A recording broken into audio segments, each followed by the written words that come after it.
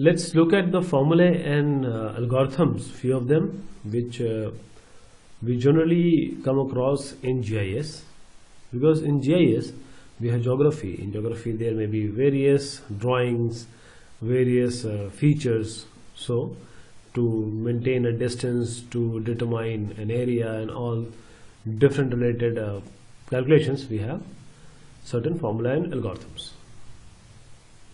We have seen the computer languages, a glimpse of IT, and now we will look at the formula and algorithm used in GIS.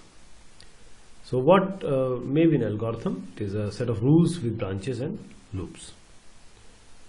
For example, for measuring distance, we have Cartesian distance Pythagoras theorem, that is x1, y1 are one point, x2, y2 are another point.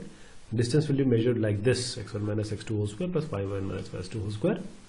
And if we are given the geographic coordinates, then considering lambda as latitude and phi as longitude, then this is the formula of distance.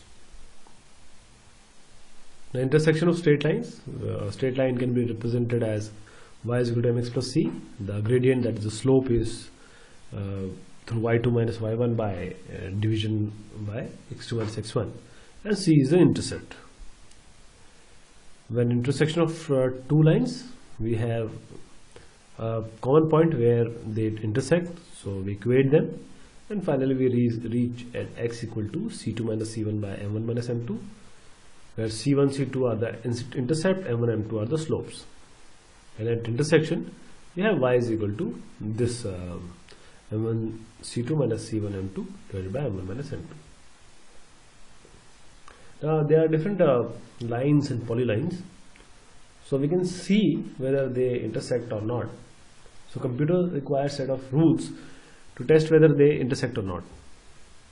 See, we have 1, 2, 3 lines, and 2 or 3 intersect. So do polyline intersect? So calculate the intersection of every segment in line 1 with every segment in line 2, but it is inefficient. So to speed up things, we use minimum bounding box around each polyline. Boxes are imaginary, that is, they are not actually there, but for calculation purpose they are there. For example, these are the minimum, these are the bounding box 1, 2, 3,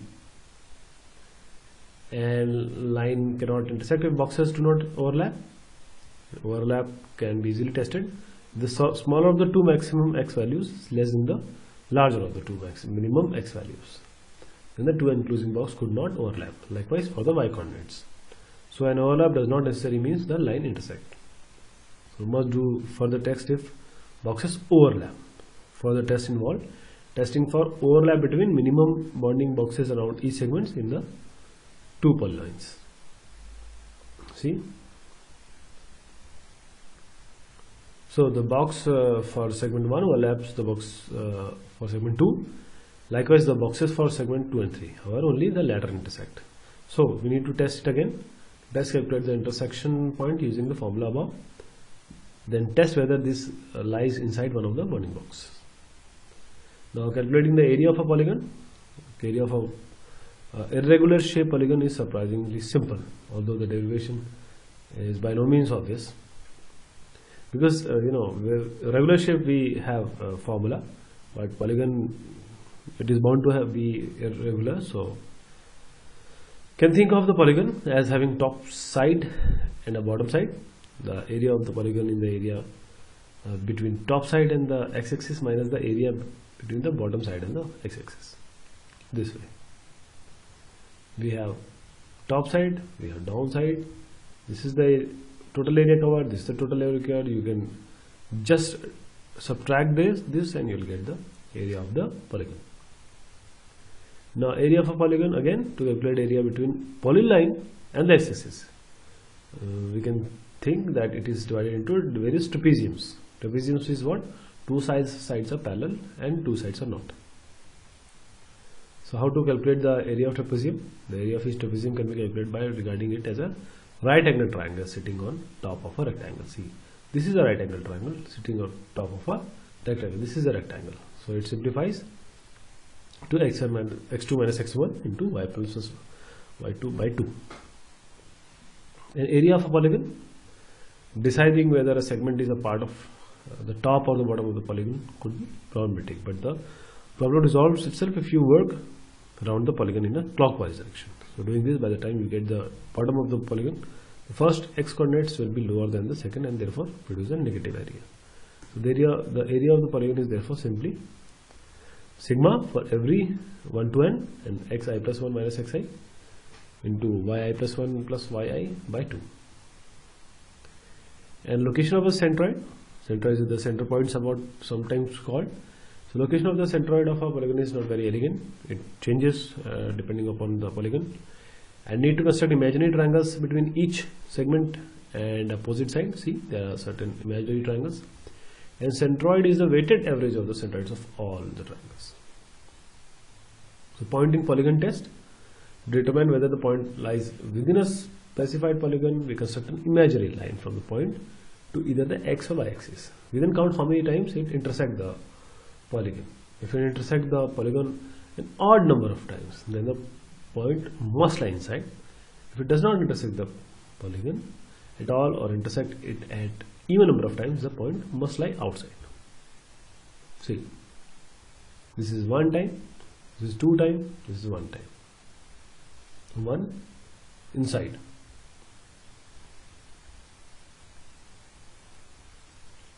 To count the number of intersections, we could compare the line with every segment of the polygon using the method we have just discussed. However, it can be done more simply. All points on the line have the same x coordinate. Any segment of the polygon intersecting this line must have a 1 x coordinate with lower value and 1 with a higher value.